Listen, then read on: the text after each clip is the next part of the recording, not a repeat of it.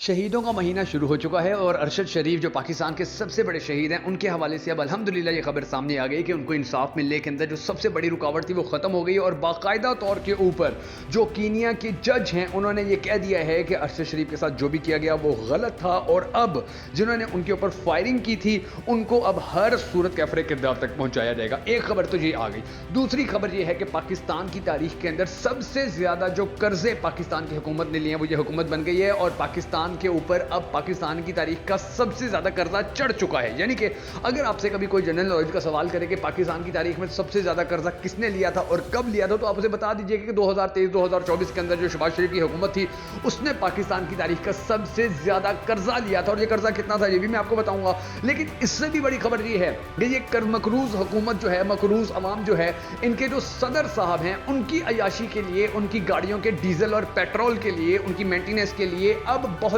بڑے پیمانے کے اوپر بجٹ پاس کر لیا گیا ہے اور زرداری صاحب کی جو گاڑیوں کا پروٹوکول ہے اب اس میں بھی اضافہ ہونے جا رہا ہے۔ پاکستانی قوم کو مبارک ہو کہ آصف علی زرداری نے اپنے پروٹوکول کی گاڑیوں کے لیے تاریخی بجٹ منظور کروا لیا ہے۔ یعنی کہ عارف الوی کی گاڑیوں کا سالانہ خرچہ ہوتا تھا 9 کروڑ اور زرداری نے اس خرچے کو 300% بڑھا کر 44 کروڑ روپے کروا لیا ہے۔ مبارک ہو ساری پاکستانی قوم کو۔ دیکھ لیجئے کتنی عیاشی کی زندگی آپ لوگ گزار رہے ہیں اور پھر آپ کے جو حکمران ہیں وہ بیچارے کتنی بری زندگی گزار رہے ہیں کہ صرف 44 کروڑ روپے اپنی گاڑیوں کی مینٹیننس کے لیے اس نے منظور کروایا اور اس کے اوپر جو حکومت ہے تالیاں بجا رہی ہے کہ جی دیکھیے ہم نے کتنا بڑا کام کر لیا۔ دوسری جانب اب یہ دیکھ لیجئے، میں نے آپ کو بتایا کہ کینیا کی جو جسٹس سٹیلا ہیں انہوں نے اب ارشد شریف کی جو گاڑی تھی اس کے اوپر فائرنگ کو غیر قانونی قرار دیتے ہوئے اہلکاروں کے خلاف کارروائی کا حکم دیا ہے۔ اب متی اللہ جان کی بات سنیں، انہوں نے قاضی کی بہت منتیں کی تھی، بہت ترلے کیے تھے، مگر پاکستانی عدلیہ اور کینیا کی عدلیہ کے اندر بڑا فرق ہے۔ ایک جانب غلامی ہے اور ایک جانب آزادی ہے۔ وہ لوگ آزاد ہیں، ان کے ججز آزاد ہیں، کھل کے فیصلے دے دیتے۔ پاکستان کی جو قاضی صاحب ہیں اس کے بارے میں سب کچھ جانتے ہیں،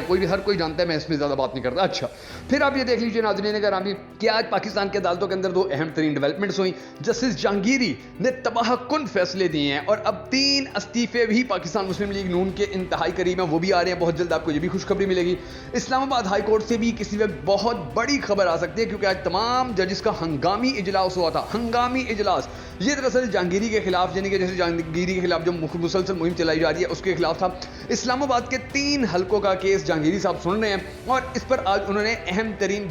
ترین جو ریمارکس ہے وہ بھی دیے ہیں۔ انہوں نے کہا جی قانون کے مطابق الیکشن کمیشن نے فیصلہ کرنا ہوتا ہے، تو کیا ایسا ہوا ہے کہ آپ لوگ فیصلے کر رہے ہیں؟ کیا یہ جو ٹرائل ہے، یہ روز جو میں کر رہا ہوں یہ ٹھیک ہے یا غلط ہے؟ الیکشن کمیشن نے کہا جی پورے ملک میں پاکستان تحریک انصاف نے 50 پٹیشن، یعنی کہ جتنی 100 پٹیشن ظاہر کی تو ان میں 50% جو تھی وہ تو ریجیکٹ ہو گئی ہیں۔ جسٹس جہانگیری نے کہا کہ بات یہ ہے کہ حلقہ NA 46, 47, 48 یعنی کہ جو اسلام آباد کے حلقے ہیں ان کے فارم 45 لے آئیں، ہم بھی یہاں سے گیم جو ہے وہ سیٹ کر لیں گے، ہم بھی دیکھ لیں گے معاملات کیا ہیں۔ اور یاد رکھیے گا یہ آپ کے پاس آخری موقع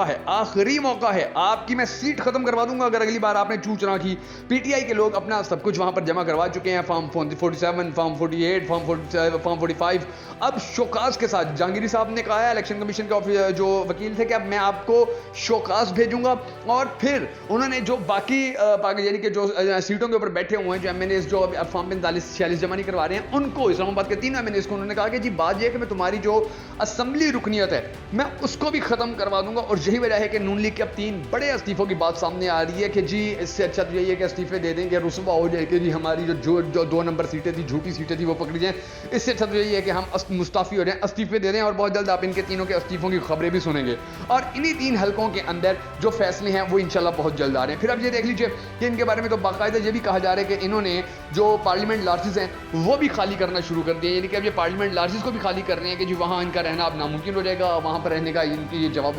یہ مجاز نہیں رہیں گے تو یہ اس کو خالی کر دیں گے۔ اب دوسری جانب آپ یہ دیکھ لیجئے کہ پاکستان کے حوالے سے اہم ترین بیانات جو ہیں، اہم ترین باتیں جو ہیں وہ بھی کی جا رہی ہیں۔ مثال کے طور پر یہ روف کلاسرا کی آپ کی اسکرین کے اوپر بات چل رہی ہے، بیان چل رہا ہے، کہتے ہیں جی حکومت خود وابڈا ملازمین کو اوور بلنگ کا ٹارگٹ دیتی ہے تاکہ IPPs کو کیپیسٹی چارجز ادا کی جا سکیں۔ IPPs کے ساتھ معاہدہ ختم کرنے کے بجائے 10 سال کے لیے نئے معاہدے کیے جا رہے ہیں۔ کراچی کول پلانٹ قطر میں بیٹھی ایک شخصیت کا ہے، سائول کول پلانٹ بھی حکومت میں بیٹھے لوگوں کا ہے۔ علی امین گنڈاپور کہتے ہیں یہ جو ترقیاتی کام ہو رہے ہیں کوئی بھی ہمارا شکریہ ادا نہ کرے کیونکہ یہ آپ کے ٹیکس کے پیسوں سے ہو رہے ہیں۔ رؤوف حسن کہتے ہیں جب منصف خود انصاف کا قدر کرنا شروع کر دے تو انصاف مانگنے والے کہاں جائیں گے؟ مخصوص نشستوں کے کیس کی سماعت کا خلاصہ یہ ہے کہ یہاں منصف خود آئین کی تذلیل کرنے پر تلا ہوا ہے۔ اب عارف علوی کی بات سنیں، کہتے ہیں اب بھی وقت ہے تباہ کن ضد اور نفرت چھوڑ دیں۔ قیدی نمبر 804 کی طرف سے وعدہ کرتا ہوں وہ بدلہ نہیں لے گا۔ جاوید لطیف کہتے ہیں جو شاہد خاقان عباسی کا موقف ہے وہی مسلم لیگ نون کے 90% لوگوں کا موقف ہے، اور شاہد خاقان عباسی کہتا ہے ان کے پلے کچھ نہیں ہے، زیرو ہیں، بالکل فارغ ہیں، ان کا کیلیبر نہیں ہے، ان کے اندر کوئی کیپیبلٹی نہیں ہے کہ یہ ملک کو چلا سکے، حکومت کو چلا سکے۔ اس کے بعد آپ دیکھ لیجئے بے نظیر شاہ کہتی ہیں تحریک انصاف صرف فارم 45 یا 47 پر نظر نہیں آتی، جہاں جاؤ ہر جگہ ان کے ووٹرز نظر آتے ہیں اور یہ لوگ غصے میں ہیں اور سسٹم پر ان کا کوئی اعتماد نہیں۔ الیکشن سے پہلے بھی جلسے نہیں کرنے دیے گئے، ان کو آن لائن جلسے کرنے پڑے تو انٹرنیٹ بند کر دیا جاتا تھا۔ شیخ وقاص اکرم کی بات سنے، کہتے ہیں ترنول کے آس پاس اسپتالوں میں پولیس والے جا کر یہ کہتے رہے ہیں کل آپ نے کسی پی ٹی آئی ورکر کا علاج نہیں کرنا۔ اب آپ یہ دیکھ لیجیے جسٹس طارق محمود جہانگیری ڈٹ گئے، ججز الیکشن کمیشن کا ٹربیونل تبدیل کرنے کا آرڈر معطل ہے، وہ بحال ہو جانے تک ہم کارروائی روک دیں گے، روزانہ سماعت ہوگی اور التوا مانگنے پر 1 لاکھ روپے جرمانہ ہوگا۔ حامد میر کہتے ہیں ماں کی دعا کو جنت کی ہوا کہا جاتا ہے، اگر کوئی اپنے چھوٹے سے فائدے کے لیے اپنی ماں کو بیچ دے تو اس کا کیا انجام ہوگا؟ بزرگوں سے سنا تھا کہ جیسا کرو گے ویسا بھرو گے، پھر انہی بزرگوں نے قوم کی ماں کو بیچ دیا اور پھر جو ہوا وہ سب کے سامنے ہے۔ یہ جرم 1965 کے صدارتی الیکشن میں کچھ بزرگ سیاستدانوں کی طرف سے مادر ملت محترمہ فاطمہ جناح کے ساتھ کیا جانے والا دھوکہ، یہ دھوکہ مادر فروشی کے زمرے میں آتا ہے۔ سائرہ بانو کہتی ہیں یہ کبوتر اڑانے چلے تھے، عوام نے ان کے طوطے اڑا دیے، نواز شریف کو ٹونٹ کیا بیسیکلی۔ سائرہ بانو نے ایک اور بیان دیا، کہتی ہیں میں 6ٹھی کلاس میں تھی جب میں نے نواز شریف کو دیکھا تھا، تب سے یہ ملک کی تقدیر بدلنا چاہ رہے ہیں، اب بھی کہہ رہے ہیں ایک موقع اور دے دو۔ مفتاح اسماعیل کہتے ہیں یہ نظام نہیں چل سکتا، اسے بدلنا ہوگا، یہ شکاری اور شکار کا نظام اب نہیں چل سکتا، یہ حکومت کیا ایسٹ انڈیا کمپنی چلا رہی ہے؟ جویریہ صدیق کہتی ہیں میں اور اب سب کینیا میں ارشد شریف کا کیس جیت گئے ہیں۔ سائرہ بانو کہتی ہیں عمران خان کی مقبولیت کی وجہ سے پی ٹی آئی کے کچھ لوگ پتھر سے سونا بن گئے، اب وہ لوگ بھی اپنے آپ کو رہنما اور لیڈر سمجھنے لگے ہیں۔ اسد طور کہتے ہیں قاضی فائز کے چیف جسٹس بننے کے بعد ایجنسیوں نے اندھیر نگری مچائی اور قاضی فائز نے آنکھیں بند کر دی جیسے وہ پیرس میں رہتے ہیں۔ سیاسی کارکن چیختے رہے، ججز چیختے رہے، خواتین کو اٹھایا گیا، گھروں پر ریڈ ہوئے، لیکن قاضی فائز آنکھیں بند کر کے بیٹھے رہے۔ نوشی گیلانی کہتی ہیں عائشہ عمر کی پہچان ڈرامہ بلبلے تھی اور اب عائشہ عمر کی پہچان پیڈ ہونا ہے۔